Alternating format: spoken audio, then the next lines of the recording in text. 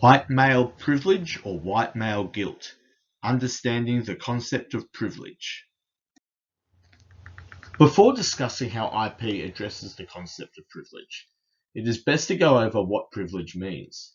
I think the most uncontroversial understanding of privilege would be the presence of advantages or the absence of disadvantages based on factors that were not necessarily earned. Some may wish to include cases where privileges have been given to people because they deserve them. But when people are accused of being privileged in the context of IP, I think it can be agreed that the assumption is that it was not earned or deserved. Convincing someone they have privilege is not always an easy task, yet it is something that should be. Typically, when someone will give an acceptance speech, they'll usually say something like, "I feel privileged to receive this award," or "I would like to thank dot dot dot because I would not be there if it weren't for them." So why such hostility towards being told that we have privileges? A possible explanation to this question is that unless we are living a life of complete luxury, we would not like being told that we are lucky. We would be quick to point out that we experience obstacles and hardships just like anyone else. Another explanation is that being told that we are privileged is to suggest that we did not earn any of our current advantages or successes in life. But this is a straw man of what is meant by privilege in the context of IP. The best way to understand privilege is not a sense of being universally lucky, absent of any hard work, but acknowledgement of the existence of life chances. Life chances does not suggest success or failures of individuals entirely due to luck, but that circumstances many people have no control over can greatly influence the probability of success or failure. If you are a child with wealthy parents who can assist you financially, then you will be able to take more risks, such as investing or starting a business, than a child who has parents who are poor. For instance, the wealthy child can use inheritance or borrow from their parents the capital to start investments, but the poor child would need to apply for a loan from the bank or work extra hours for a long period of time to be able to invest. It is for this reason that the privilege of greater life chances is often intergenerational. Those with ancestors with more property and wealth will typically pass that wealth onto their children through inheritance, although there are exceptions where the parents and grandparents may have squandered their wealth or met some disaster where that wealth was lost. The social advantages are also intergenerational. Having parents and grandparents of wealth will inherit living and socializing in areas with more contact to other wealthy, successful people. But what does any of this have to do with identities, such as being white? Economically, the history of injustice towards people of color has created a situation where being born white carries less likelihood of being born in economic disadvantage than people of color. This is where the intergenerational nature of wealth is relevant. Past injustices that placed African Americans in disadvantage are carried on generations after those injustices have ended. This is what MLK Jr. was referring to when he said that white America needs to acknowledge the history of segregation. That said, privileges associated with being white are not always purely economic. One of the most cited pieces of literature concerning white privilege comes from Peggy McIntosh. McIntosh, 1988, provides a list of examples where she has advantages from being white that other people of color do not have, which are: I can, if I wish, arrange to be in the company of people of my race most of the time. If I should need to move, I can be pretty sure of renting or purchasing housing in an area that I can afford and in which I would want to live. I can be pretty sure that my neighbors in such a location will be neutral or pleasant to me. I can go shopping alone most of the time, pretty well assured that I will not be followed or harassed. I can turn on the television or open to the front page of the paper and see people of my race widely represented. When I am told about our national heritage or about civilization, I am shown that people of my colour made it what it is. I can be sure that my children will be given curricular materials that testify to the existence of their race. If I want to, I can be pretty sure of finding a publisher for this piece on white privilege.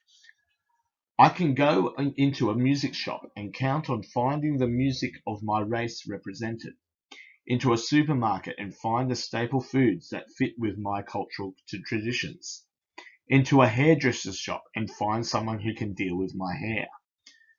Whether I use checks, credit cards, or cash, I can count on my skin color not to work against the appearance of financial reliability. I can arrange to protect my children most of the time from people who might not like them. I can swear or dress in second-hand clothes or not answer letters without having people attribute these choices to the bad morals, the poverty, or the illiteracy of my race. I can speak in public to a powerful male group without putting my race on trial. I can do well in a challenging situation without being called a credit to my race. I am never asked to speak for all the people of my racial group. Can remain oblivious to the language and customs of persons of color, who constitute the world's majority, without feeling in my culture and any penalty for such oblivion. I can criticize our government and talk about how much I fear its policies and behavior without being seen as a cultural outsider. I can be pretty sure that if I ask to talk to the person in charge, I will be facing a person of my race. If a traffic cop pulls me over, or if the IRS audits my tax return, I can be sure I haven't been singled out because of my race. I can easily buy posters, postcards, picture books, greeting cards, dolls, toys, and children's magazines featuring people of my race. I can go home from most meetings of organizations I belong to feeling somewhat tied in rather than isolated, out of place, outnumbered, unheard, held at a distance, or feared. I can take a job with an affirmative action employer without having co-workers on the job suspect I got it because of my race. I can choose public accommodation without fearing that people of my race cannot get in or will be mistreated in the places I have chosen. I can be sure that if I need legal or medical help, my race will not work it against me. If my day, week, or year is going badly, I need not ask of each negative episode or situation whether it has racial overtones. I can choose blemish cover or bandages in flesh color that more or less match my skin. Reflecting upon many of these observations by McIntosh, some of these claims may be out of date or have been improved on in our current day. After all, this was written in 1988. However, there are many that are still relevant today. Consider criticizing the government without being seen as a cultural outsider. President Donald Trump, ABC 2019, responded to 4 of his critics who are of foreign ancestry to go back where they came from. And this was said even though 3 of them were born in the US. Critics of IP sometimes will describe such acknowledgements as white guilt. This implies that someone who accepts white privilege is walking around feeling guilty and apologizing all the time. But someone saying that their privilege does not entail that they should feel guilty. Returning to the person giving an acceptance speech, if they say, "I feel privileged to receive this award," no one would believe that they are in a state of abject guilt needing to apologize to everyone. This is what can be said about white privilege.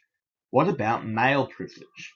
One of the most commonly mentioned instances of men being privileged over women is the gender pay gap. The gender pay gap calculates what men earn on average against what women earn on average. In Australia, the gender pay gap shows that women earn 21.3% less than men on average. According to the WGEA, there are a variety of influences to the pay gap, which include Conscious and unconscious discrimination and bias in hiring and pay decisions. Women and men working in different industries and different jobs, with female-dominated industries and jobs attracting lower wages. Lack of workplace flexibility to accommodate caring and other responsibilities, especially in senior roles. High rates of part-time work for women. Women's greater time out of the workforce for caring responsibilities impacting career progression and opportunities. Women's disproportionate share of unpaid caring and domestic work.